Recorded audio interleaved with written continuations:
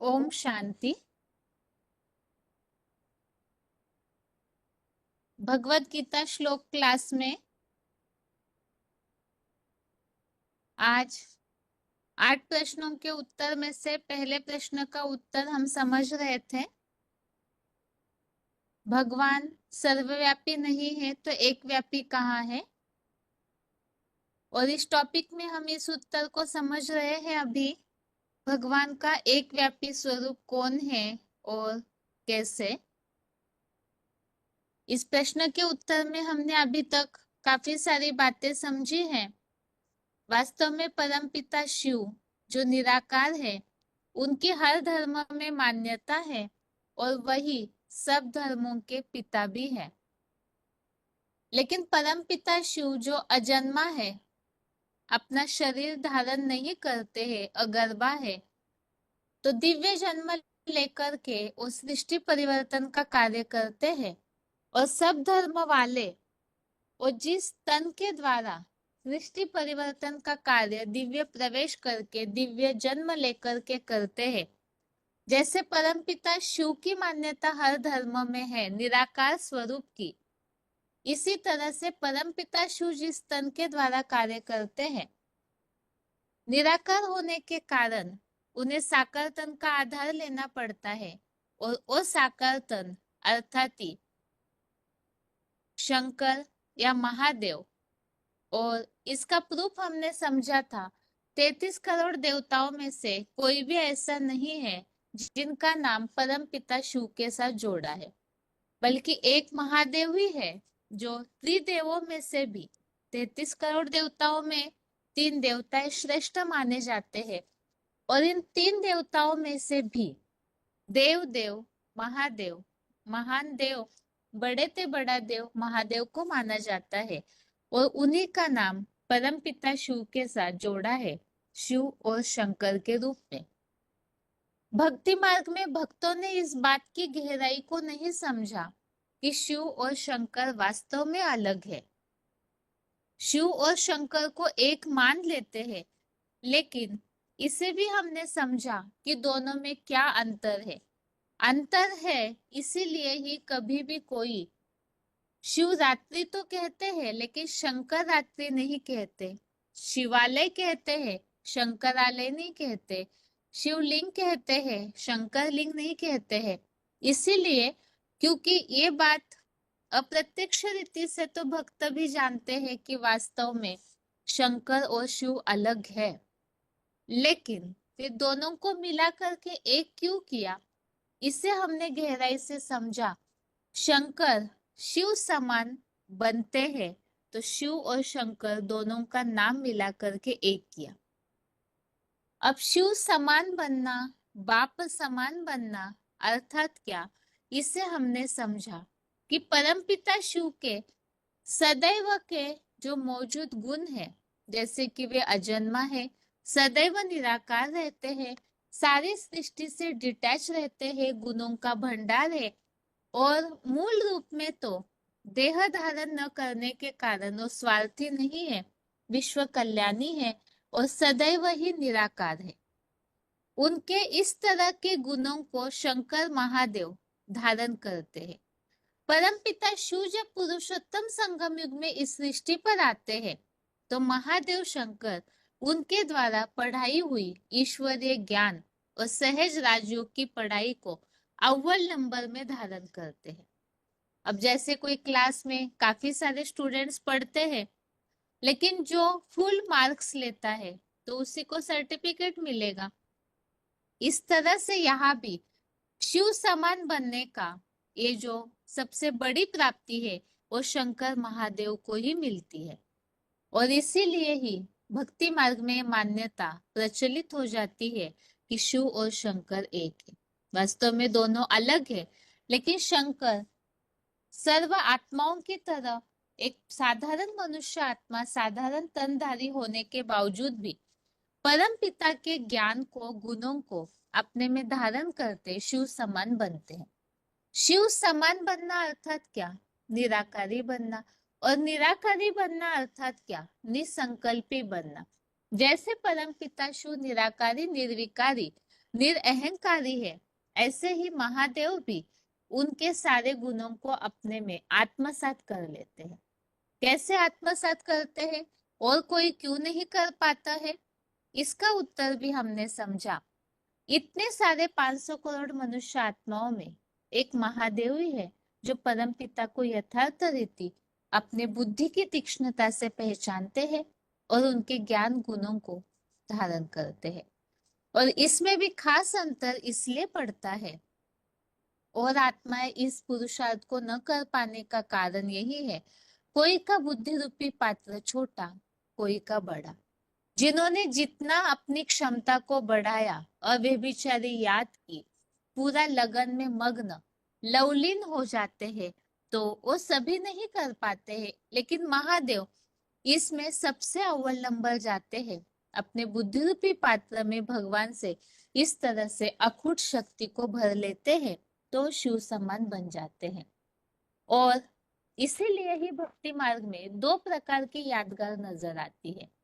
उससे ये बात स्पष्ट होती है, वास्तव में शंकर शिव नहीं है, लेकिन शंकर शिव के समान बनते हैं। इसका खास उत्तर या प्रूफ यही है, दो प्रकार के यादगार शंकर महादेव के भक्ति मार्ग में दिखने में आते हैं। एक तो तपस्वी मूर्त वाला चित्र।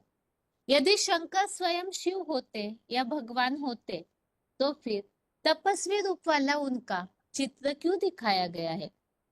तपस्या कर रहे, याद कर रहे हैं, इसका मतलब पढ़ाई पढ़ने की सब्जेक्ट उनकी पूरी नहीं हुई, अर्थात तो अपूर्ण है।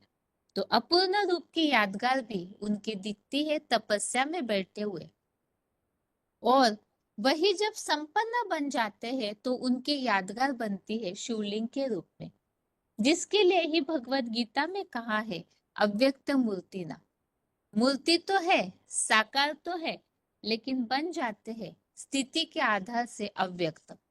उनकी ये जो निराकारी स्टेज है, परम पिता शिव समान बनने की यादगार शिवलिंग, इसी का यादगार शिवलिंग में कभी भी हाथ, पांव, नाक, आंख, कान और इंद्रिया दिखाई नहीं जाती है। क्यों? इंद्रिया नहीं है ऐसे तो नहीं है। इंद्रिया होते हुए भी वो आत्मा अर्थात महादेव साधारण तनधारी होते हुए भी ऐसा पुरुषार्थ करते हैं कि बिल्कुल इंद्रियों के भान से परे। निराकारी मतलब आत्मिक स्थिति की 100% स्टेज, जिसमें अपने देह की इंद्रिया, देह के पदार्थ, देह के संबंधों का कोई भान उन्हें नहीं रहता। उस स्मृति से वो परे हो जाते हैं। तो शिवलिंग में जो कोई भी ऑर्गन्स, इंद्रिया नहीं दिखाई जाती है, इसी के लिए ही महादेव शंकर की ये जो स्थिति है निराकारी, कि कोई भी इंद्रियों का भान नहीं, लेकिन सारा कार्य करते तो है, लेकिन इंद्रियों के कर्मों के बंधन में नहीं आते। इसी के लिए ही रामायण में इस बात का उल्लेख आया हुआ है, बिनु पग चले सुने बिनु काना, कर बिनु कर्म करे विधि नाना, आनंद रहित सकल रस भोगी, बिनु वाणी वक्ता वड़ जोगी। तो इंद्रिया है, लेकिन उन इंद्रियों के भान में लिम्पायमान नहीं होते। तो ऐसे महादेव ऐसी निराकारी स्टेज, शिव समान स्टेज अपनी बना लेते हैं। ऐसा उनका जो विशेष पुरुषार्थ है, इसी का ये प्रूफ मिलता है कि शंकर ही है जो शिव समान निराकारी स्टेज, निसंकल्पी स्टेज, निरअहंकारी स्टेज बना लेते हैं। अभी तक की क्लासेस में हमने भगवान का एक व्यापी स्वरूप शंकर ही है, इस प्रूफ को यहाँ तक समझा है। अभी आज के क्लास में और आगे की बातों को समझते हैं कि ये जो अव्यक्त मूर्ति ना का यादगार भगवत गीता में लिखा हुआ है कि मूर्ति तो है लेकिन अव्यक्त है, अर्थात साकार शरीर उनका है, क्योंकि परम पिता शिव को तो सृष्टि परिवर्तन के लिए कोई साकार चाहिए, लेकिन वो सृष्टि परिवर्तन कैसे करेंगे? तो निराकारी स्टेज के आधार से बिल्कुल बीज रूप स्टेज, जैसे कोई बीज से वृक्ष का विस्तार होता है, इसी तरह से ये जो मानवीय सृष्टि रूपी वृक्ष है, उसका विस्तार, उसकी शुरुआत और जो विस्तार होता है नई दुनिया का, नए कल्प का, तो महादेव ही शिवलिंग की तरह निराकारी स्टेज धारण करते हैं, बीज रूप स्टेज।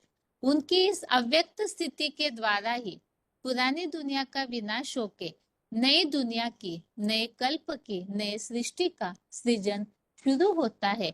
और इसका यादगार या इसका यही पुरुषार्थ या यही प्रूफ हो जाता है कि महादेव शंकर ही वास्तव में अपनी स्थिति के आधार से नई सृष्टि निर्माण करने के निमित्त बनते हैं। तो वो जैसे परमपिता शिव आत्माओं के पिता है, तो इसी तरह से महादेव शंकर वो सारे मनुष्य सृष्टि के पिता, जगत पिता साकार में बनते हैं। और इसी के लिए ही भक्ति मार्ग में ये उल्लेख मिलता है, जगतम पितरम वंदे पार्वती परमेश्वर। तो जगत के पिता भी है वो, और सारी सृष्टि की शुरुआत करने के वो निमित्त है। इसी के लिए ही भगवत गीता में इस बात को बताया हुआ है, उन्हीं के द्वारा ये सारा सृष्टि वृक्ष विस्तार को पाता है। सृष्टि वृक्ष की पुरानी प्रक्रिया उन्हीं से ही विस्तारित होती है, और वही इसीलिए ही पुरातन पुरुष है, वही आदि देव है। और जैसे परमपिता शिव का हर धर्म में गायन या मान्यता है निराकार स्वरूप की, जैसे बौद्धि लोग बटिया के रूप में वही बिंदु को भजते हैं, उसमें ध्यान मग्न होते हैं। हिंदू लोग जिसे बिंदु का बड़ा आकार शिवलिंग के रूप में मानते हैं, ऐसे ही क्रिश्चियंस लोग भी अग्नि के रूप में निराकार को मानते हैं। तो जैसे निराकार परमपिता की हर धर्म में मान्यता है, तो वो जिस साकार के द्वारा प्रत्यक्ष होते हैं, उनकी भी यादगार या मान्यता हर धर्म में होनी चाहिए और है। और किस तरह से, तो वही जगत पिता शंकर महादेव, उनका यादगार जैनियों में महावीर तीर्थंकर के रूप में मानते हैं, क्रिश्चियंस लोग जिन्हें एडम के रूप में मानते हैं, मुसलमान लोग जिन्हें आदम के रूप में मानते हैं, आदम बाबा की कहानियां या आदम के समय की बातें, इस तरह से पुराने ते पुराने पुरुष के रूप में माना जाता है। और वही भगवत गीता में भी उल्लेखित है, तो देव पुरुष पुराण, तो वही सबसे पुरातन पुरुष भी महादेव शंकर ही है, जिनके द्वारा ये सारी सृष्टि विस्तार करने के लिए परम पिता शिव महादेव का ही आधार लेते हैं। तो एक है निराकार परम पिता शिव आत्माओं के पिता, और साकार मनुष्य सृष्टि के पिता महादेव। इससे ये बात पूरी तरह से स्पष्ट होती है कि शंकर शिव समान बनकर उनके कार्य को प्रैक्टिकल में करने के निमित्त बनते हैं। तो वही इसीलिए ही शिव समान बनते हैं।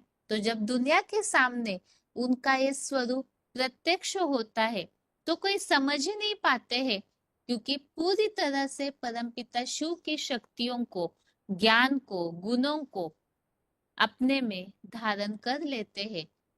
इसीलिए ही जब सबके सामने वो स्वरूप प्रत्यक्ष होता है, तो मुसलमान लोगों ने भी इस बात को कह दिया, आदम को खुदा मत कहो, आदम खुदा नहीं, लेकिन खुदा के नूर से आदम जुदा नहीं। और इसी बात की साम्यता हिंदू धर्मों के शास्त्रों में भी मिलती है, जो कहा है सगु नहीं अगु नहीं, नहीं कछु भेदा, उभय हरे भव संभव खेदा। तो सगुण अर्थात साकार, अगुण अर्थात निराकार, इन दोनों में भेद नहीं है। भेद नहीं है इसका मतलब एक है ऐसे समझ लिया, वास्तव में एक नहीं है, लेकिन शंकर शिव के गुणों को इस तरह धारण करते हैं कि वो खुदा के नूर से, खुदा की रोशनी, ज्ञान की रोशनी, गुणों का जो भंडार है, उससे वो अलग नहीं है, अपने में पूरी तरह से समाहित कर लेते हैं।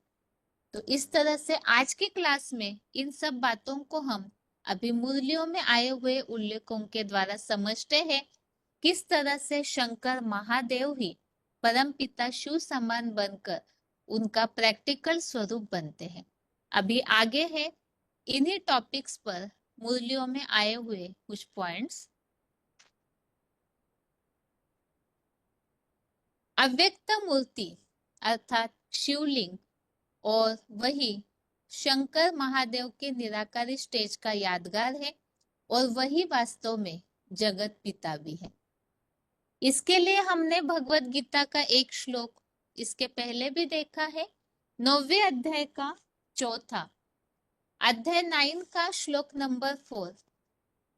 इस श्लोक में इस बात का उल्लेख आया हुआ है कि किस तरह से शंकर महादेव शिव समान बनकर के फिर इस सृष्टि को विस्तार करने के निमित्त बनते हैं। श्लोक है, मया ततमिदं सर्वं जगद व्यक्त मूर्तिना मत्स्थानि सर्वभूतानि न चाहम तेष्वस्थितः।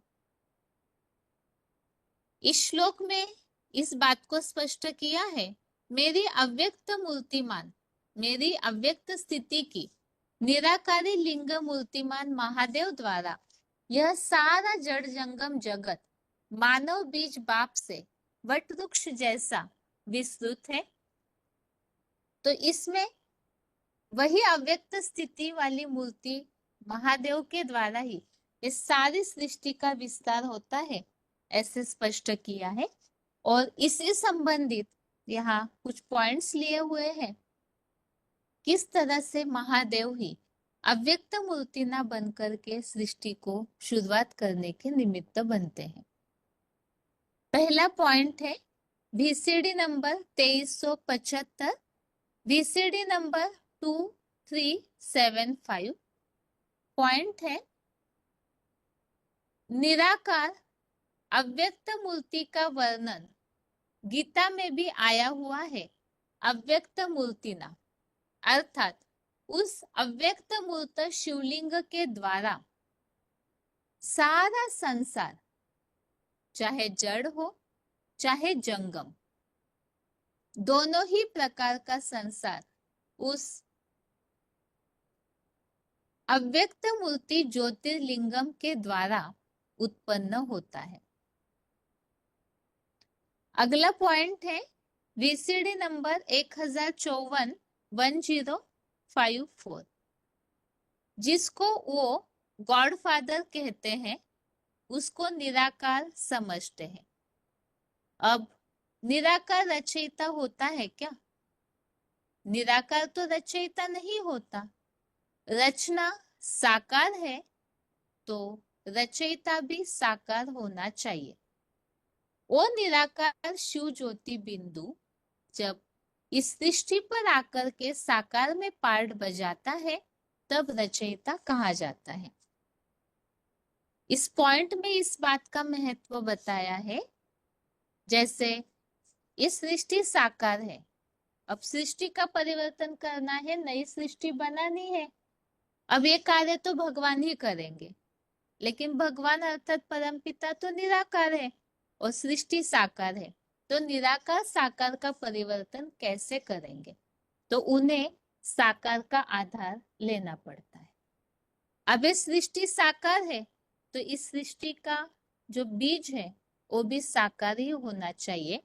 इसी के लिए पॉइंट लिया हुआ है VCD नंबर 1918, 1918। मनुष्य सृष्टि का झाड़ है तो उसका बीज भी तो कोई मनुष्य ही तो होगा ना।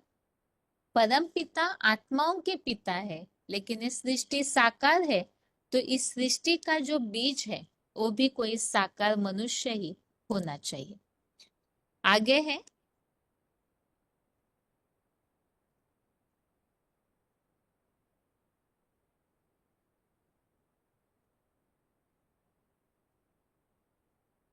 अव्यक्त मूर्ति के द्वारा ही यह सारा जगत विस्तृत होता है।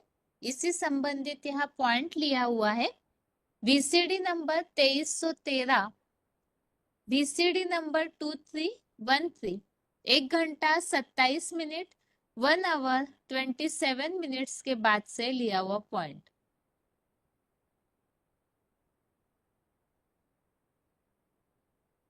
तो वो कहने वाला कौन है? आत्मा जो कहता है मन मना भव, मेरे मन में समा जा। और उसका झाड़ में चित्र भी दिया हुआ, क्या? शंकर। सृष्टि की सारी आत्माएं खिंच करके बिंदु बिंदु आत्माएं उस अव्यक्त मूर्ति के द्वारा, कैसी मूर्ति? अव्यक्त मूर्ति। अव्यक्त माने जो आंखों से दिखाई नहीं देती, और मूर्ति भी है, मूर्तमान भी है, आंखों से दिखाई भी देती है। ये क्या बात हुई?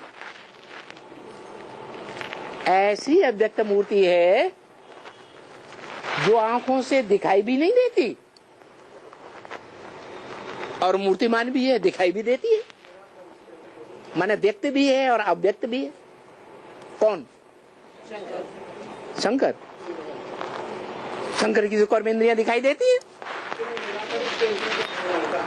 हाँ, पुरुषार्थ करके जब वो आत्मा जो याद के पुरुषार्थ में बैठा हुआ शंकर है, वो पुरुषार्थ संपन्न करके जब शिव समान स्टेज को धारण कर लेता है,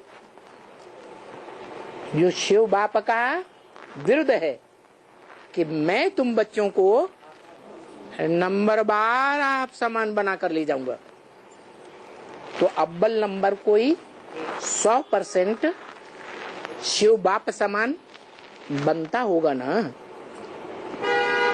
कौन बनता होगा? है वही मनुष्य सृष्टि का भी, जिसे शंकर कहा जाता है, जिसको कौन से पुरुषार्थ में दिखाते हैं? चित्र जो चरित्र की यादगार हैं, वो याद का चरित्र दिखाते हैं मोस्टली। याद चित्र याद के रूप में बैठे हुए हैं या दूसरे रूप में बैठे हैं? याद के रूप में। तो याद का ऐसा गहरा पुरुषार्थ करती है कि अव्वल नंबर शिव समान स्टेज को प्राप्त करती है, और उसका रूप शिवलिंग बनाया गया है। जो लिंग बड़ा रूप तो देखने में आता है, व्यक्त है, आंखों से देखने योग्य है, लेकिन उसमें नाक, आंख, कान, हाथ, पांव, इंद्रियां देखने में नहीं आती, तो अव्यक्त है। अव्यक्त है माने अव्यक्त भी है और व्यक्त भी। इसलिए गीता में आया है अव्यक्त मूर्तिना। क्या?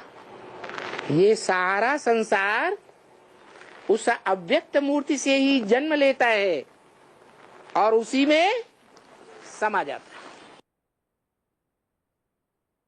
आगे है, इस अव्यक्त मूर्ति द्वारा ही यह सारा जगत मानव बीज पाप से विस्तृत है।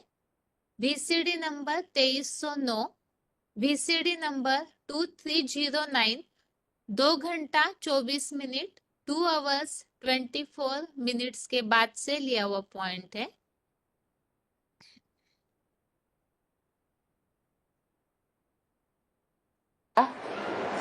ये जो भी जड़ जन्म में सृष्टि है, चैतन्य देखने में आते हैं, जो भी जड़त्व वही सृष्टि है, पहाड़, समंदर, नदियां, अलग अलग देश, वो सब क्या है?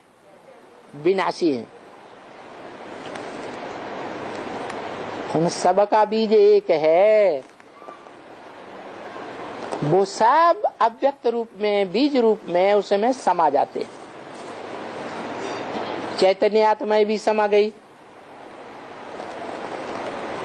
और सारे 5 तत्व भी उस एक में समा गए।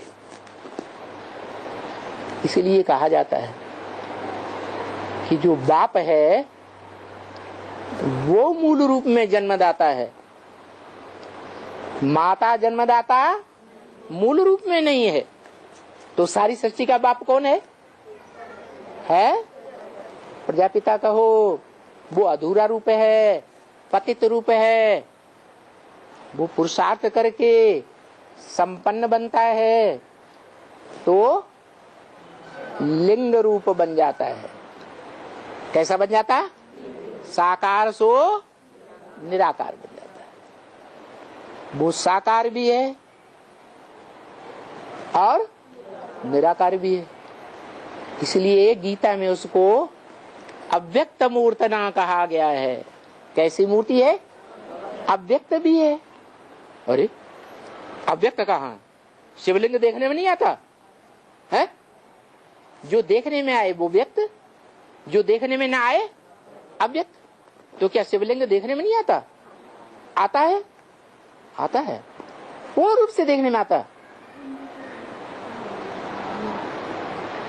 अरे बिंदु आत्मा और बिंदु आत्माओं का बाप तो देखने की चीज वैसे भी नहीं है। तो शिवलिंग जो है दिखाते हैं वो संपन्न रूप पूर्ण रूप से देखने में आता है, हर तरीके से नहीं कि हाँ अरे दो बातों में से एक ही सत्य होगी ना। देखने में आता है या नहीं? आता है। उसके हाथ पांव नाक आंख कान साकार के दिखाई पड़ते हैं, दिखाई पड़ते हैं, इसीलिए निराकार है, इसीलिए अव्यक्त है। वो लिंग रूप अव्यक्त भी है। उसके हाथ पांव नाक आंख कान कर्मेंद्रियां ज्ञानेंद्रियां दिखाई नहीं देती, इसलिए अव्यक्त है। निराकार भी है। निराकारी स्टेज है, माने उसको शरीर है कि नहीं? लिंग रूप को शरीर है या नहीं? जिसकी पूजा होती है मंदिरों में, वो पूजा शरीरधारियों की होती है या निराकार ज्योतिबिंदु की पूजा होती है? बाबा कहते, शिव बाबा कहते, मेरी पूजा नहीं होती है, आपे ही पूज्य आपे ही पुजारी। तो कौन पूज्य बनता है? तुम बच्चे ही पूज्य बनते हो।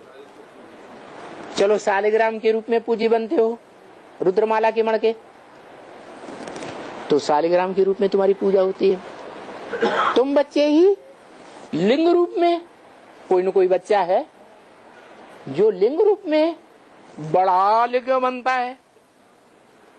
बड़ा बड़ा लिंग बनाते हैं ना, इस बात की याद। पांडवों के बड़े बड़े लंबे चौड़े चित्र बनाते हैं, महात्मा बुद्ध का बड़ा लंबा चौड़ा चित्र बनाते हैं। क्यों है? बड़ा काम किया तो बड़ा चित्र बनाया। तो लिंग बहुत बड़ा बनाते हैं रुद्र यज्ञ में। और सालिग्राम वो किसकी यादगार? सालिग्राम किसकी यादगार? आत्माओं की यादगार।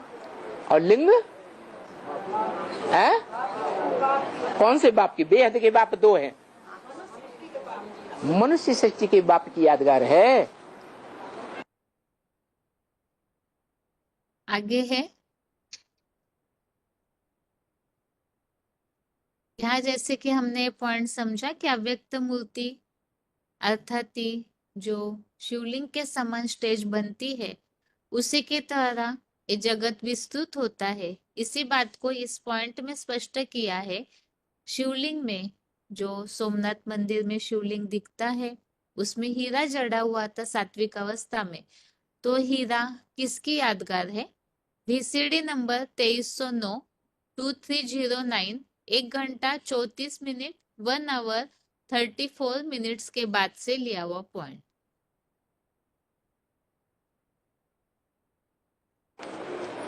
ऊंचे ते ऊंचा करतार, ऊंचे ते ऊंचा भगवंत, जिसकी यादगार शिव के मंदिरों में दिखाई जाती है। किसके मंदिरों में? शिव के मंदिर क्यों कहा?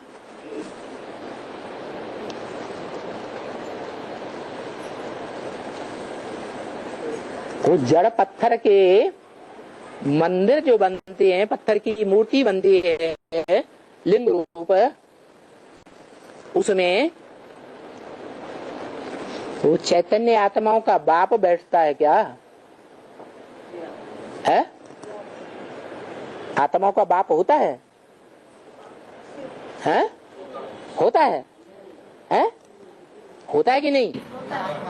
अच्छा, पत्थर की मूर्तियों में जो पत्थर के मंदिर बनाए जाते हैं, उनमें वो चैतन्य बाप आत्मा के रूप में पत्थर में बैठता है। अभी तो कह रहे थे आत्माओं का बाप नहीं बैठता है, यादगार के रूप में बैठता है। जैसे सोमनाथ मंदिर में लाल पत्थर था, लिंगाकार पत्थर था ना, है? जरूर पत्थर बुद्धि बना रहा होगा अंत तक। तो उस पत्थर बुद्धि में हीरा जड़ा हुआ था। कौन जड़ा हुआ था? हीरा। किसकी यादगार? शिव की यादगार। शिव पत्थर बनता है, हीरे वगैरह तो पत्थर होते हैं। हीरा, पन्ना, मोती, नौ रत्न पत्थर होते हैं कि नहीं? वो पत्थर बनता है। अरे तो क्यों कह दिया जो हीरा है वो उस आत्मा की यादगार है जो पत्थर बुद्धि बन जाती है हीरे की तरह?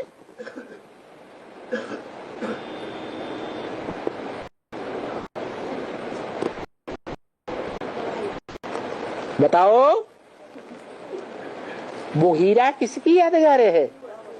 हैं? अभी भी शिव बाप की यादगार। शिव बाप जो आत्माओं का बाप है, जिसका बिंदी का ही नाम शिव है। वो बिंदी शरीर में प्रवेश करती है तब अनेक संबंध और नाम बनते हैं। तो वो हीरा शिव बाप की यादगार है। कभी कहते हैं, कभी कहते नहीं है। है? किसकी यादगार है? वही साकार। हीरा साकार है। हीरे की बात हो रही है? वो हीरा साकार या निराकार? निराकार की यादगार है। जो सदा शिव है, जो निराकारी सदैव रहता है, इस विकारी दुनिया में आता है तो भी निराकारी, साकार शरीर में आता है तो भी निराकारी स्टेज में मन बुद्धि से रहता है, उसकी यादगार है हीरा है। हाँ, जो मनुष्य सृष्टि का बाप है, जो पत्थर बुद्धि बन जाता है क्या? हाँ, अंत में पत्थर बुद्धि बन जाता है। जो गायन है भक्ति मार्ग में, जब सतो प्रधान भक्ति थी तो स्वर्ण लिंग बनाते थे। कैसा? बड़ा रूप साकार, सोने का सच्चा रूप धारण करने वाला। फिर बाद में रजत लिंग बनाने लगे, चांदी के। फिर बाद में ताम्र लिंग बनाने लगे और अंत में लौह लिंग, पत्थर लिंग बन गए। तो पत्थर बुद्धि बनता होगा ना, है? पत्थर बुद्धि तो बनता है, फिर भी हीरा कहा जाता है या हीरा नहीं कहा जाता है? तो हीरो पार्टधारी। पत्थर बुद्धियों के बीच में भी हीरो पार्टधारी या नीची कोटि का पार्ट बजाने वाला है, हीरो पार्टधारी। चारों युग प्रताप तुम्हारा है, प्रसिद्ध जगत तुझियारा। क्या? उसका चारों युगों में प्रताप है, हीरो पार्टधारी का। सारे जगत में उजियारा करने वाला है। सत्युग त्रेता में आत्मिक स्थिति के रूप में, संगम युग में भी आत्मिक स्थिति के रूप में, द्वैतवादी द्वापर युग में आत्मा जो है 8 कला वाली बनती तो है, लेकिन फिर भी ज्ञान की रोशनी में रहती है या और मनुष्यों की तरह अज्ञान में आ जाती है। ज्ञान की रोशनी के लिए ही बैठती है। आस भी आस ज्ञान के लिए ही बैठी हुई है। तो द्वैतवादी द्वापर युग में भी जब आत्माएं विषयस मनुष्य बन जाती हैं तो भी उन विषयस आत्माओं के बीच में सबसे जास्ती रोशनी देने वाली ज्ञान की है या नहीं? सबसे जास्ती ज्ञान की रोशनी देने वाला है। और द्वापर में भी, वो कलयुग में भी भले लोहे का युग आ गया, काला युग, काले कर्मों का युग, झूठ खंड, जहां सब झूठ बोलते हैं। क्या नंबरवार झूठे होंगे या एक जैसे झूठे होंगे? उन नंबरवार झूठों में कोई अव्वल नंबर कम से कम झूठ बोलने वाला भी होगा या नहीं होगा? होगा जरूर। तो जो अंश मात्र झूठा रह जाता है वो लोहे का लिंग कहा जाता है, पत्थर लिंग, तालिमा दिखाई देती है। लोहे को जब अग्नि में डालते हैं, देखा कभी? लोहे को जब अग्नि में डालेंगे तो कैसा हो जाता है? लाल हो जाता है। तो इसीलिए हमारे झंडे में वो जो लिंग रूप की यादगार है, कपड़ा कैसा दिखाया है? लाल दिखाया हुआ है। क्रांतिकारी रंग बन जाता है।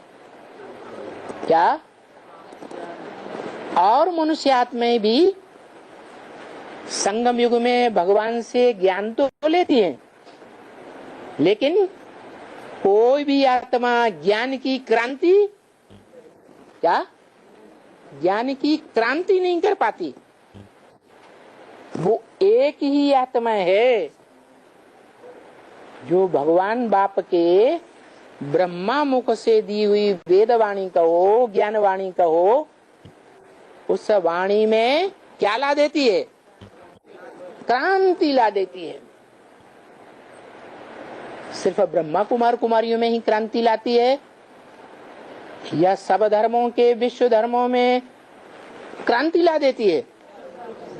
दुनिया के सभी धर्मों में क्रांति ला देती है। महामृत्यु का जब समय होता है तो दुनिया की सभी आत्माएं उस ज्ञान की क्रांति में सराबोर हो करके आत्मिक स्थिति ऐसी धारण करती है कि वो सभी मनुष्य आत्माएं जहां से निकली है वहीं प्रवेश हो जाती है। तो इस तरह से हमने इस बात को समझा कि अव्यक्त मूर्ति के द्वारा ही ये सारा संसार किस तरह से विस्तार को पाता है।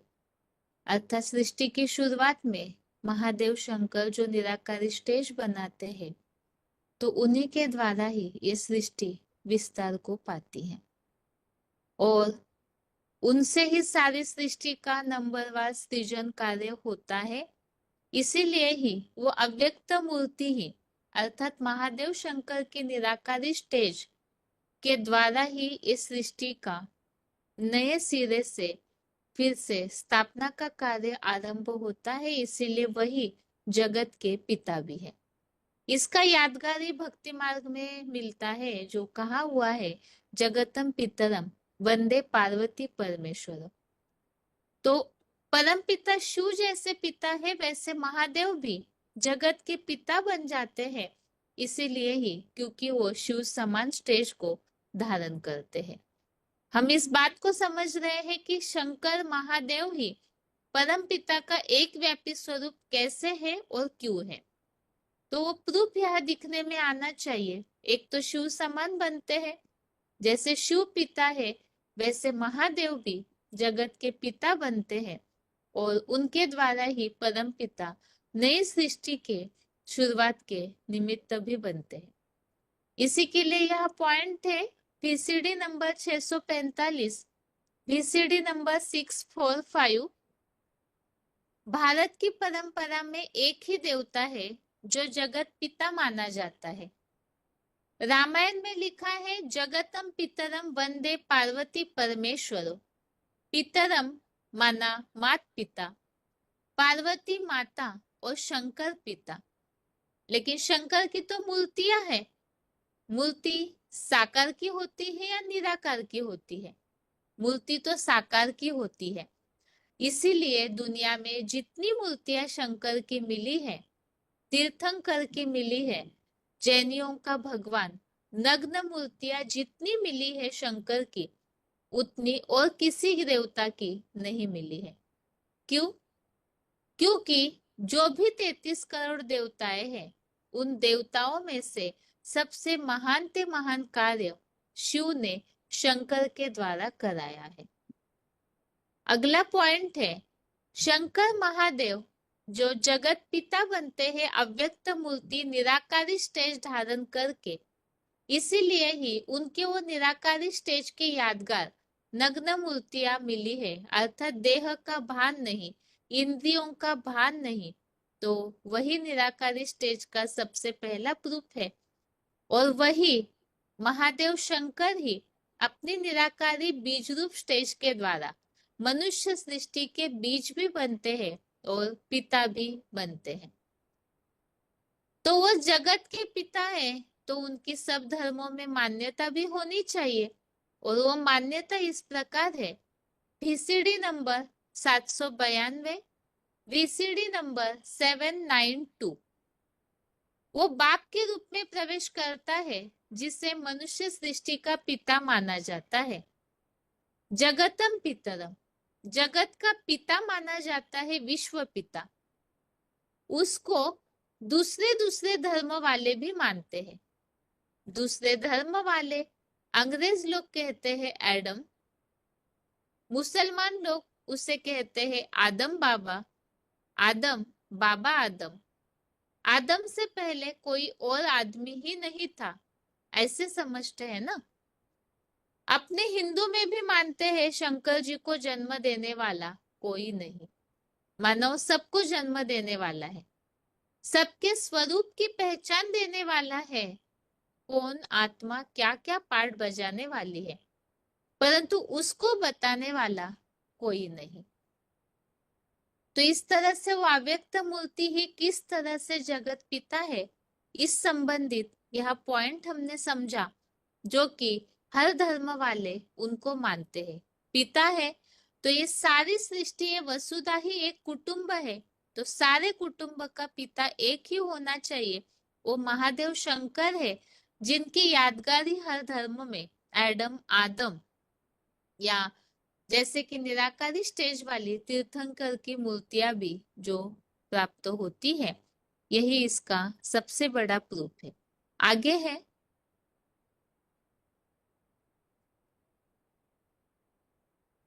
अब जिनसे ये सारी सृष्टि विस्तार को पाती है वो जगत पिता है।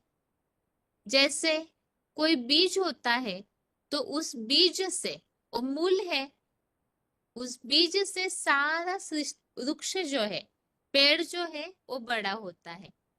तो इतने बड़े पेड़ को विस्तार करने के निमित्त बना हुआ है बीज। ऐसे ही ये मनुष्य सृष्टि भी एक वृक्ष की तरह, पेड़ की तरह है, और उसकी शुरुआत करने वाला कोई साकार मनुष्य ही है, जो इस सृष्टि का बीज है, जो जगत पिता कहा जाता है, और इसी संबंधित जो भगवत गीता में इस मनुष्य सृष्टि रूपी वृक्ष को, ये जो भी विस्तारित हुई सृष्टि है, उसे ही भगवत गीता में सृष्टि वृक्ष के रूप में कहा हुआ है। और ये 15वें अध्याय का पहला श्लोक है, अध्याय 15 का फर्स्ट श्लोक, जिसमें इस बात को स्पष्ट किया है किस तरह से ये मनुष्य सृष्टि भी एक पेड़ या वृक्ष की तरह है, जिसे भगवत गीता में अश्वत्थ वृक्ष भी कहा हुआ है। 15वें अध्याय का पहला श्लोक है, श्री भगवान उवाच ऊर्ध्वमूल मधशाखम अश्वत्थम प्राहुरव्ययम छंदासि यस्य पर्णानि यस्तम वेद स वेदविद। श्लोक फिर से, श्री भगवान उवाच ऊर्ध्वमूल मधशाखम अश्वत्थम प्राहुरव्ययम छंदासि यस्य पर्णानि यस्तम वेद स वेदविद। अर्थात ऊपर जड़ों वाले, दाई बाई और विदेशी विधर्मी धर्मों की अधोमुखी शाखाओं वाले, छंदों रूपी अलग अलग प्रकार के, जिसके सृष्टि वृक्षीय 7 अरब चेतन पत्ते हैं, और ऐसे ही ये मनन चिंतनशील आदि मानव आदम के मन रूपी चंचल बने पीपल के सच्ची गीता ज्ञान योग से स्थिर बने अश्वत्थ वट वृक्ष बनियन ट्री को अविनाशी कहा है। जो उसको भली भांति गहराई से जानता है वह वेदों का ज्ञाता है। इसमें से मुख्य बातों को ही सिर्फ पढ़ा है, पूरे अर्थ को नहीं पढ़ा समय के चलते। तो इस श्लोक में इस बात को स्पष्ट किया हुआ है कि ये अश्वत्थ वृक्ष, बनियन ट्री, वट वृक्ष, यही मनुष्य सृष्टि रूपी वृक्ष है, और इसमें ये सारे पत्ते अर्थात अलग अलग जो 500-700 करोड़ मनुष्य आत्माएं हैं, ये इस सृष्टि रूपी वृक्ष के पत्ते हैं। अलग अलग धर्म जो है वो उसकी शाखाएं बताई हुई है। इसी संबंधित यह पॉइंट है वीसीडी नंबर 2203, वीसीडी नंबर 2203। इस सृष्टि रूपी वृक्ष जिसका गीता में भी वर्णन है, ऊर्ध्वमूलम अधशाखम, इसकी जड़ें ऊपर की ओर है और जड़ों से पहले बीज, बीज को बाप कहा जाता है, जड़ें आधार है। तो मनुष्य सृष्टि का जो मूल बीज है वो एक ही है, जिसकी मान्यता सभी धर्मों में है। यह मनुष्य सृष्टि रूपी वृक्ष है और सभी धर्म वाले इससे जुड़े हुए हैं शाखाओं के रूप में। सारी सृष्टि की आत्माएं इसमें पत्तों के रूप में उपस्थित है, और इस मनुष्य सृष्टि रूपी वृक्ष का जो मूल है, आधार, बीज, उसकी सारे धर्मों में मान्यता है। क्योंकि जैसे कि सारे पेड़ के जितने भी टालियां पत्ते हैं, उसकी शुरुआत तो बीज से हुई है, तो जरूर वो उस बीज को मानेंगे ही। ऐसे ही मानवीय सृष्टि में भी सभी धर्म वाले भी उस बीज पिता को, जगत पिता को मानते हैं। अगला पॉइंट है, वो बीज कौन है, उसके लिए यहाँ स्पष्ट किया है वीसीडी नंबर 2382 2382। ये अविनाशी वृक्ष है, मनुष्य सृष्टि का वृक्ष, जिसका अहम बीज प्रद पिता। तो जो प्रजापिता है अर्थात महादेव शंकर, वही इस सृष्टि में बीज बोने वाला पिता भी है। वीसीडी नंबर 2382, इसी में आगे स्पष्ट किया है, इस मनुष्य सृष्टि में कोई ऐसी आत्मा है, मनुष्य सृष्टि का बीज रूप बाप, जिस बीज बाप का इस मनुष्य सृष्टि में कभी नाश ही नहीं होता। जैसे वृक्ष है, ऐसे ये भी मनुष्य सृष्टि रूपी वृक्ष है। बीज जो है वो अविनाशी होता है, उसका नाश नहीं होता है, और इसी के लिए ही जो महादेव शंकर है वो भी अविनाशी है। इसके लिए दूसरे अध्याय का जो 17वां श्लोक है इसमें भी इस बात को स्पष्ट किया हुआ है। अध्याय 2 का 17 नंबर श्लोक जो हमने कई बार इसी प्रसंग में महादेव शंकर किस तरह से अविनाशी है और सृष्टि को विस्तार करने के निमित्त बनते हैं उसमें स्पष्ट किया है। अविनाशी तु तत्विद्धि एन सर्वम विदम ततम विनाशम अव्ययस्यास्य न कश्चित कर्तुमर्हति। इसमें इस बात को स्पष्ट किया है मनुष्य सृष्टि के बीज रूप आदम आदिदेव शंकर के द्वारा यह संपूर्ण विश्व विस्तार को पाता है उसको तो अविनाशी जान। उस अव्यय पुरुष शंकर का विनाश करने के लिए कोई भी समर्थ नहीं है। आगे है मनुष्य सृष्टि रूपी वृक्ष का बीज अर्थात महादेव शंकर। तो अभी हमने समझा श्लोक के द्वारा इस सृष्टि रूपी वृक्ष को ही भगवत गीता में अश्वत्थ वृक्ष कहा हुआ है और उस अश्वत्थ वृक्ष का बीज महादेव शंकर ही है जो हमने श्लोक के द्वारा अभी समझा कि इस सृष्टि रूपी वृक्ष की जो प्रक्रिया है उन्हीं से विस्तारित होती है लेकिन उस बीज का नाश नहीं होता है। तो सब धर्म वाले उन्हें मानते हैं। इसमें इस पॉइंट में इसे स्पष्ट किया है VCD नंबर 2214 2214 परम पिता जो सभी आत्माओं का पिता है। और धर्मों में सृष्टि के आदि पुरुष आदम जैनियों का आदिनाथ हिंदुओं का आदिदेव। इस सृष्टि के आदि पुरुष को सभी धर्मों में मान्यता है परंतु बहुत पुरानी बात होने के कारण सब भूल गए कि वो आदि पुरुष ही इस मनुष्य सृष्टि का बीज है। यह सृष्टि वृक्ष है मानवीय सृष्टि जिसे गीता में बोला गया है अश्वत्थ वृक्ष।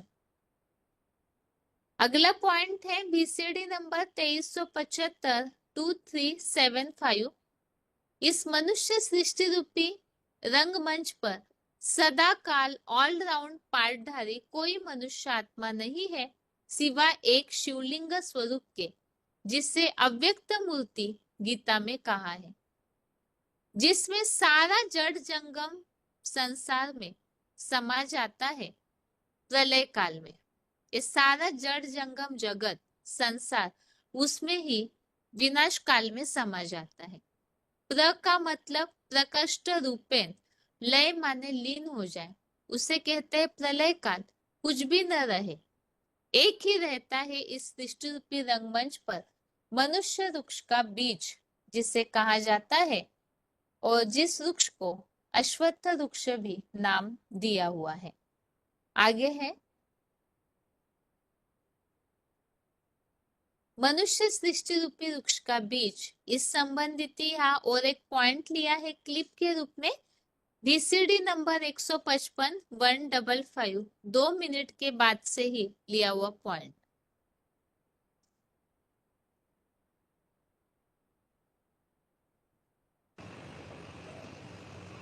ऊंच से ऊंच गॉडफादर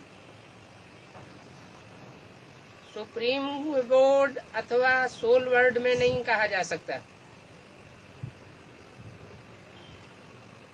वो इस दुनिया की बात है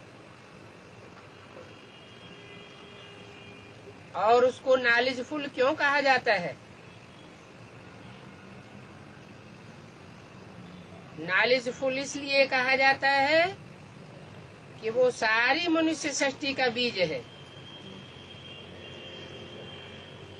माना ज्योति बिंदु जब निराकारी लोक में है तो नॉलेजफुल नहीं कहा जा सकता।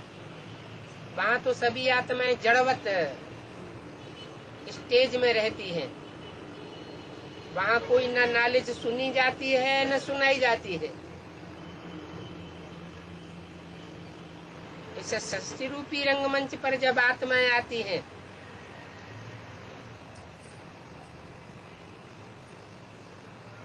तो नॉलेज सुनती भी है और सुनाती भी है। सुप्रीम सोल भी इस सृष्टि पर जब आता है तो चैतन्य बनता है। जिस मनुष्य तन में प्रवेश करता है वो सृष्टि का बीज रूप है, जिसे दूसरे धर्मों में एडम, आदम, आदिदेव, आदिनाथ कहा जाता है। सृष्टि का पहला पुरुष माना जाता है। वो सृष्टि का बीज है। जैसे कोई झाड़ होता है, उसका जो बीज होता है उस बीज में सारा झाड़ समाया हुआ रहता है। तो कहेंगे कि बीज में से ही सारा विस्तार झाड़ का निकलता है। तो नॉलेजफुल गॉड फादर कहा जाता है क्योंकि मनुष्य सृष्टि का बीज है। बीज को जरूर नॉलेज होगा क्योंकि वो कोई जड़ बीज नहीं है। जो जड़ झाड़ होते हैं उनका बीज भी जड़ होता है, और ये मनुष्य सृष्टि रूपी जो झाड़ है ये चैतन्य झाड़ है। इसका बीज भी चैतन्य है। चैतन्य बोलता चालता को कहा जाता है। आगे है, ये जो मनुष्य सृष्टि रूपी वृक्ष का बीज है आदिदेव, तो उसी संबंधित भगवत गीता में भी कई जगह पे बीज के रूप में उल्लेख आया हुआ है। अर्थात ये जो मनुष्य सृष्टि का बीज है उसे ही भगवत गीता में स्पष्ट किया हुआ है वो किस तरह से सारे प्राणी मात्र का बीज है। इसी संबंधित पहले हम श्लोक समझते हैं, उसके बाद पॉइंट्स। पहले तो है 7वें अध्याय का 10वां अध्याय 7 का श्लोक नंबर 10। श्लोक है, बीजम माम सर्वभूतानां विद्धि पार्थ सनातनम बुद्धिर्बुद्धिमतामस्मि तेजस तेजस्विनामहम्। इस श्लोक में जहां बीज का उल्लेख आया हुआ है वो है बीजम माम सर्वभूतानां विद्धि पार्थ सनातनम, अर्थात सब प्राणियों का सनातन बीज मुझको जान। सनातन अर्थात पुरातन, सबसे शुरुआत का। तो सारे प्राणियों का, इस सृष्टि में जो 500-700 करोड़ मनुष्य आत्माएं हैं उन सब का बीज मुझे जान। मुझे अर्थात परमपिता शिव तो निराकार है, गीता तो भगवान उवाच है, लेकिन परमपिता शिव साकार बीज के द्वारा ही इस सृष्टि के बीज अर्थात पिता बनते हैं। इसी तरह से 9वें अध्याय का 18वां अध्याय 9 का श्लोक नंबर 18 श्लोक है, गतिर्भर्ता प्रभु साक्षी निवासः शरणम सुहृत् प्रभवः प्रलय स्थानम निधानम बीजम अव्ययम। इस श्लोक में कर्तव्यों के साथ इस बात को स्पष्ट किया है, प्रभवः प्रलय स्थानम निधानम बीजम अव्ययम। तो मैं बीज हूं, अव्यय अर्थात अविनाशी। तो इस मनुष्य सृष्टि रूपी वृक्ष का, आत्माओं का मनुष्य सृष्टि रूपी वृक्ष का अविनाशी बीज मैं ही हूं। इसी तरह से 10वें अध्याय का 39 जहां विभूतियों के बारे में बताते हुए भी भगवान ने इस बात को स्पष्ट किया है कि वो किस तरह से बीज है। अध्याय 10 का श्लोक नंबर 39 देखिए, जिसमें मनुष्य सृष्टि का बीज आदिदेव के रूप में अर्थात सारे प्राणी मात्र का बीज मैं हूं, ऐसा भगवान ने उल्लेख किया है। श्लोक है, यच्चापि सर्वभूतानां बीजम तदहम अर्जुन न तदस्ति विना यस्यात् मया भूतम चराचरम। इसमें भी उल्लेख आया हुआ है, यच्चापि सर्वभूतानां बीजम तदहम अर्जुन, अर्थात सब प्राणी मात्र का मैं बीज हूं। तो यहाँ जैसे कि हम अभी टॉपिक यही समझ रहे हैं, ये मनुष्य सृष्टि एक अश्वत्थ वृक्ष के रूप में भगवत गीता में कही है। तो वृक्ष है तो उसका बीज होना चाहिए, और भगवत गीता में स्पष्ट किया है कि मैं बीज हूं। अब सृष्टि रूपी वृक्ष साकार है तो उसका बीज भी चैतन्य साकार कोई होना चाहिए। तो परम पिता शिव तो निराकार है, उनका अपना शरीर नहीं, तो जिस तन के द्वारा साकार महादेव के द्वारा कार्य करते हैं, वही एक व्यापी स्वरूप जिसके द्वारा परम पिता शिव इस मनुष्य सृष्टि के पिता बन के प्रैक्टिकल में पार्ट बजा पाते हैं। इसी के लिए ही महादेव के लिए कहा हुआ है, वो बीज है, सारे धर्म वाले उन्हें मानते हैं और उन्हीं के द्वारा ये सृष्टि किस तरह से प्रसारित होती है। VCD number 952, VCD number 952। अब तुम बच्चों को ये बातें शिव बाबा ही पढ़ाते हैं, वो है ज्ञान का सागर, सारी मनुष्य सृष्टि का बीज रूप बनकर आता है, क्योंकि मनुष्य सृष्टि के बीच में ही प्रवेश करता है। उस मनुष्य सृष्टि के बीज को, आदि पिता को सभी धर्म के लोग मानते हैं। क्रिश्चियन लोग उसे एडम कहते हैं, मुसलमान लोग उसे आदम कहते हैं, जैनी लोग उसे आदिनाथ कहते हैं, हिंदुओं में वो आदिदेव के नाम से प्रसिद्ध है। भगवत गीता के 11वें अध्याय के 38वें श्लोक में उल्लेखित त्वमादिदेव पुरुष पुराण, वही शंकर मनुष्य सृष्टि का बीज रूप है, जिसका कोई बाप नहीं है, वो सारी मनुष्य सृष्टि का बाप है। और उससे यह मनुष्य सृष्टि रूपी उल्टा झाड़ पैदा होता है। इस झाड़ में पहले पहले बीज है बाप, जिसके लिए गीता में कहा गया है, अहम बीज प्रदप पिता, मैं मनुष्य सृष्टि का बीज डालने वाला पिता हूँ। बीज सदैव ऊपर में होता है, झाड़ नीचे होता है, और सारी मनुष्य सृष्टि का बीज भी एक ही है। तो वही महादेव शंकर वही पिता है, जो सारे वसुधा को विस्तार करने के अपने निराकारी बीज रूप स्टेज के द्वारा निमित्त बनते हैं। आगे है,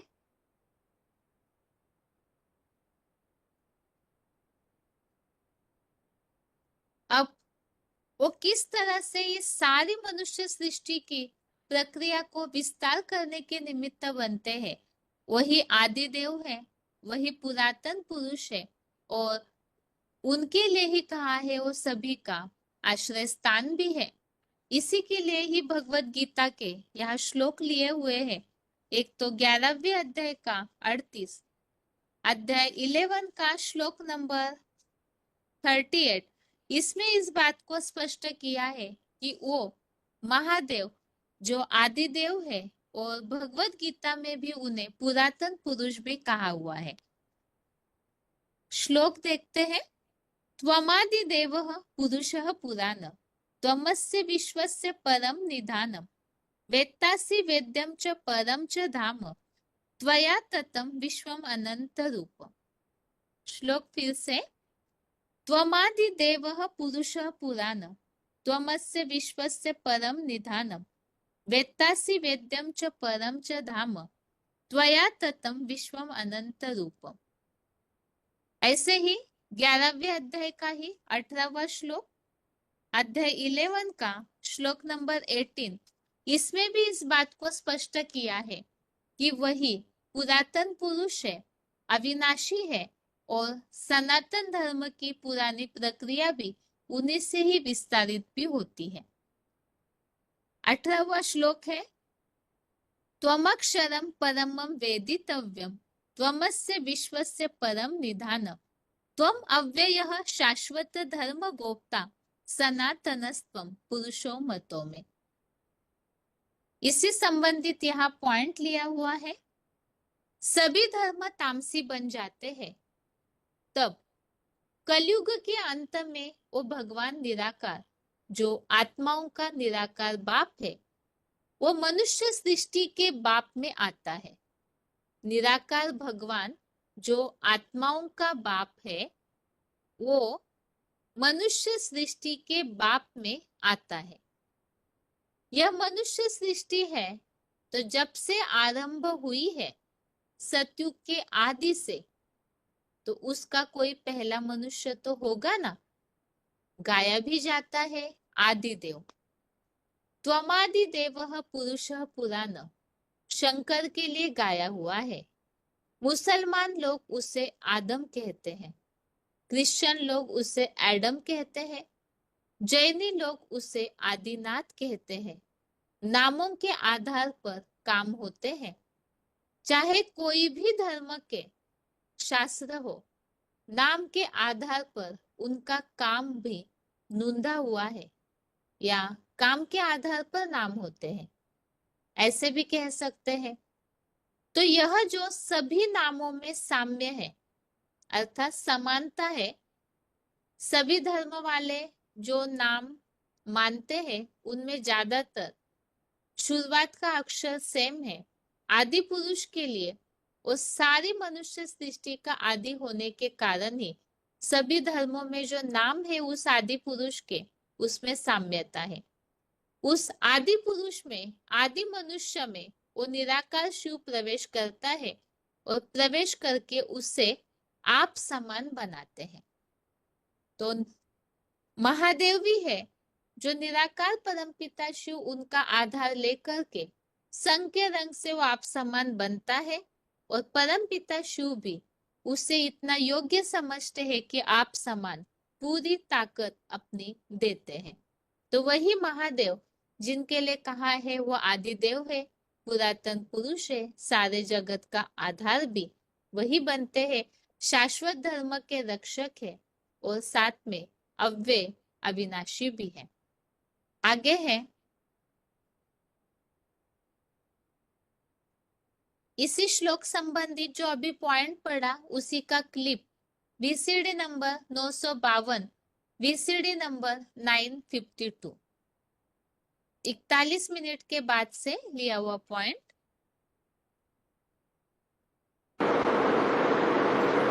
अब तुम बच्चों को ये बातें शिव बाबा ही पढ़ाते हैं, वो है ज्ञान का सागर। सारी मनुष्य सृष्टि का बीज रूप बनकर आता है, क्योंकि मनुष्य सृष्टि के बीज में ही प्रवेश करता है।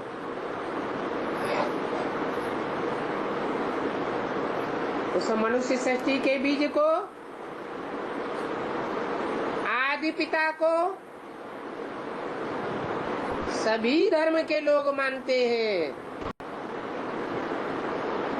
क्रिश्चियन लोग उसे एडम कहते हैं,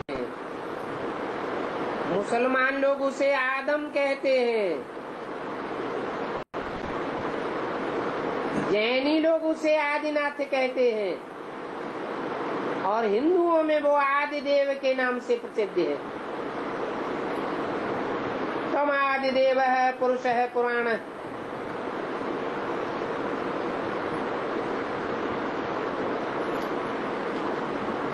वही शंकर मनुष्य सृष्टि का बीज रूप है,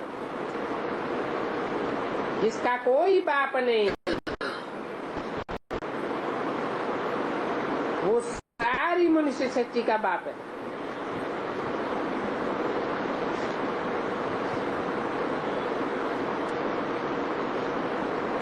और उससे ये मनुष्य सृष्टि रूपी उल्टा झाड़ पैदा होता है।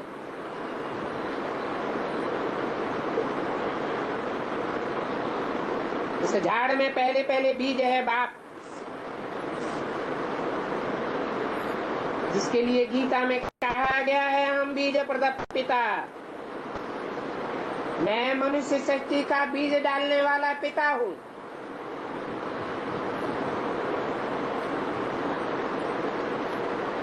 बीज सदैव ऊपर में होता है, झाड़ नीचे होता है, और सारी मनुष्य सृष्टि का बीज भी एक ही है। अभी तुम बच्चे बीज बाप को जान गए हो। जो जान गए हैं इस मनुष्य सृष्टि रूपी वृक्ष में हमारा बीज बाप कहाँ है, कौन है, किस रूप में पार्ट बजाय रहा है, वो ही मेरे बच्चे हैं।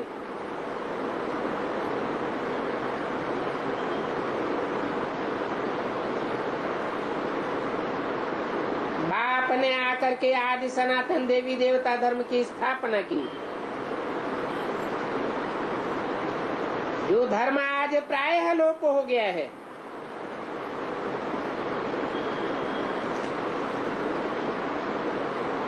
माना बहुत करके लोप हो गया है, देखने में नहीं आता, परंतु फिर भी कहीं न कहीं निशानियां बची हुई है।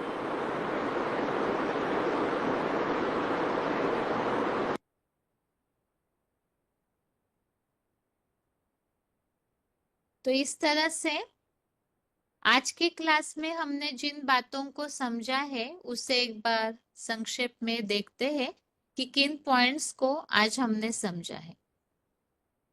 सबसे प्रथम बात तो है परमपिता शिव का एक व्यापी स्वरूप। भगवान एक व्यापी है, अर्थात एक में ही व्यापक होकर के कार्य करते हैं।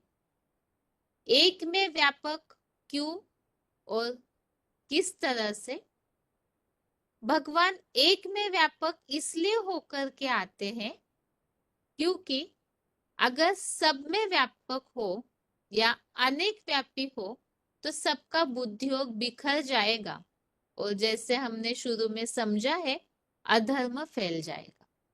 इसीलिए परमपिता शिव एक ही के द्वारा इस संसार में प्रत्यक्ष होते हैं, जिससे कि सबका बुद्धियोग एकाग्र हो जाए, एक जगह टिके और एकाग्रता से ही इस सारे संसार का उद्धार हो सकता है। तो वो एक व्यापी स्वरूप महादेव शंकर ही है।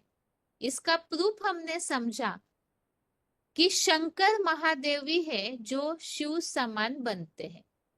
शिव समान बनते हैं, इसका कारण हमने समझा। महादेव ही है जो परम पिता शिव की पूरी पढ़ाई को, ईश्वरीय गीता ज्ञान और सहज राजयोग की पढ़ाई को पूरी तरह से आत्मसात करते हैं। इस सृष्टि में जितने भी आत्माएं हैं उन सबका बुद्धि रूपी पात्र अलग अलग है, अर्थात बुद्धि की सबकी अपनी अपनी क्षमता, कैपेसिटी है।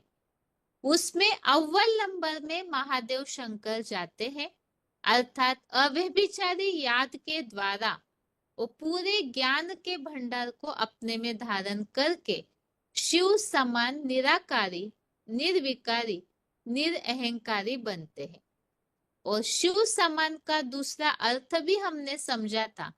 जैसे परमपिता शिव निराकार है, सदैव निसंकल्पी है, इसी तरह से महादेव भी सदैव निसंकल्पी बनते हैं। तो ये हो गई एक व्यापी स्वरूप शंकर ही क्यों है, इसका कारण वो समान बनते हैं, इसका प्रूफ निराकारी बनते हैं, ईश्वरीय पढ़ाई को पूरा अपने में धारण करते हैं। तो ये तरीका या पुरुषार्थ हमने समझा, किस विधि से उन्होंने पुरुषार्थ किया या करते हैं। और दूसरी बात, जब वो शिव समान बनते हैं तो इसका यादगार या भक्ति मार्ग में जो उल्लेख मिलते हैं उसे भी हमने समझा। जितने भी देवी देवताएं हैं उनके तो कोई ना कोई इंद्रियों की पूजा होती है, लेकिन एक महादेव ही है जिनका शिवलिंग के रूप में गायन या मान्यता या भक्ति में पूजा होती है। क्यों? क्योंकि जब शंकर निराकारी बनते हैं, संपन्न स्टेज धारण करते हैं, जब अपूर्ण है तो उनके तपस्वी रूप का यादगार दिखने में आता है। जब वो संपन्न बनते हैं तो शिवलिंग के रूप में उनकी यादगार भक्ति मार्ग में पाई जाती है। और वो समान बने हैं, निराकारी स्टेज धारण किए हैं, उसी की यादगार शिवलिंग है जिसमें कोई भी प्रकार की इंद्रियां नहीं दिखने में आती है। निराकार तो बिंदु का कोई आकार नहीं, तो शिवलिंग भी बिंदु का ही बड़ा रूप है। वास्तव में महादेव ही जो साकार ऐसा शरीरधारी है जो बिंदु रूप स्टेज शरीर रहते हुए भी बना लेते हैं। इसी का यादगार हमने समझा जो रामायण में उल्लेख है, बिनु पग चले सुने बिनु काना, कर बिनु कर्म करे विधि नाना। अब ये जो शिवलिंग है, इसी की यादगार भक्ति मार्ग में उल्लेखित है, अर्थात भगवत गीता में इसे ही अव्यक्त मूर्ति ना कहा हुआ है। मूर्ति अर्थात साकार तो है, लेकिन स्टेज उनकी अव्यक्त है, इंद्रियों के भान से परे। जिस अव्यक्त मूर्तिना का 9वें अध्याय का 4था श्लोक भी हमने समझा, जिसके द्वारा इस सृष्टि की प्रक्रिया विस्तारित होती है, सारे संसार का सृजन कार्य आरंभ होता है। और अव्यक्त मूर्तिना में कोई भी प्रकार की इंद्रियों का भान नहीं, पूरी तरह से डिटैच, कर्मों का लेप छेप लगता नहीं, बीज रूप बिंदु रूप स्टेज है, जिसके लिए ही हमने 5वें अध्याय का वो श्लोक भी समझा, नैव किंचित करो मिति युक्तो मन्ये तत्वविद। इस श्लोक में स्पष्ट किया हुआ है कि कोई भी प्रकार के इंद्रियों के कर्मों का उनको भान नहीं, सब कुछ करते हुए मान लो जैसे कि कुछ भी नहीं करता है। तो यह अव्यक्त मूर्तिना निराकारी स्टेज का सबसे पहला प्रूफ है। और वही बीज रूप स्टेज, जैसे कि कोई भी बीज से वृक्ष का विस्तार होता है, इसी तरह से ये जो अव्यक्त मूर्तिना निराकारी स्टेज अर्थात बीज रूप स्टेज है, इसी के द्वारा सारी सृष्टि रूपी वृक्ष की प्रक्रिया विस्तारित होती है, सारी सृष्टि का सृजन कार्य शुरू होता है। तो इससे ये स्पष्ट है कि वो शंकर महादेव ही जगत पिता भी है। अब शिव समान अर्थात क्या? जैसे परमपिता शिव सभी आत्माओं के पिता है, इसी तरह से महादेव सभी सारी मनुष्य सृष्टि के पिता साकार में बनते हैं, लेकिन स्थिति उनकी निराकारी होती है। इसी के लिए हमने इस बात को समझा कि अव्यक्त मूर्तिना बीज रूप स्टेज है और वही जगत पिता भी बनते हैं।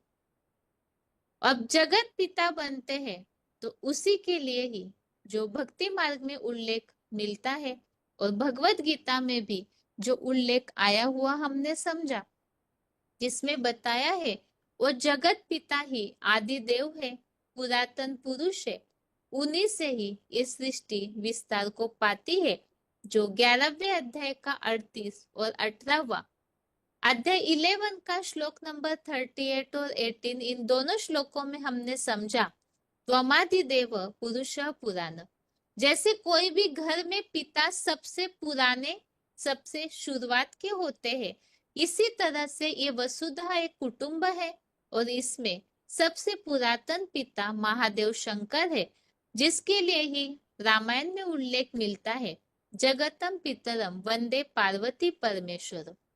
अब महादेव जो है वो केवल हिंदू धर्म में ही माने जाते हैं ऐसे नहीं, उनकी जो निराकारी स्टेज की यादगार भक्ति मार्ग में ध्यान मग्न अवस्था वाली मूर्तियां दिखने में आती है, निर्वस्त्र ऐसी मूर्तियां जो भक्ति मार्ग में पाई जाती है, वही यादगार सार्वभौम है, सारी सृष्टि में वो यादगार दिखने में आता है।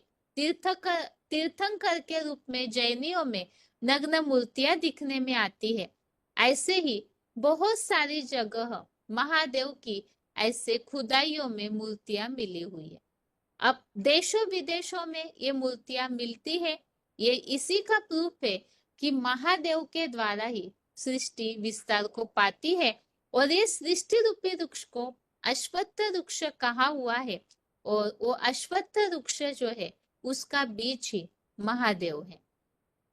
इस तरह से ये महादेव ही पुरातन पुरुष है, जगत पिता है, आदि पुरुष है और उनकी हर धर्म में आदम, एडम, आदि देव, आदिनाथ और पिता के रूप में, जगत पिता के रूप में भी मान्यता है। आज की क्लास में हमने इन सारे टॉपिक्स को इसीलिए समझा क्योंकि महादेव ही भगवान का, परम पिता शिव का एक व्यापी स्वरूप है और इसीलिए ही एक शिव शंकर के रूप में शंकर का ही नाम, महादेव का ही नाम परम पिता शिव के साथ जोड़ा जाता है और समान बनते हैं और परमपिता शिव की तरह इस जगत के पिता भी बनते हैं। आज के क्लास में हमने एक व्यापी स्वरूप के इन सारे प्रूफ को समझा।